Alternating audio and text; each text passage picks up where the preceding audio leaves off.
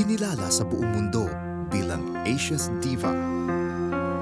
Sino ba namang hindi nakakilala kay Dulce?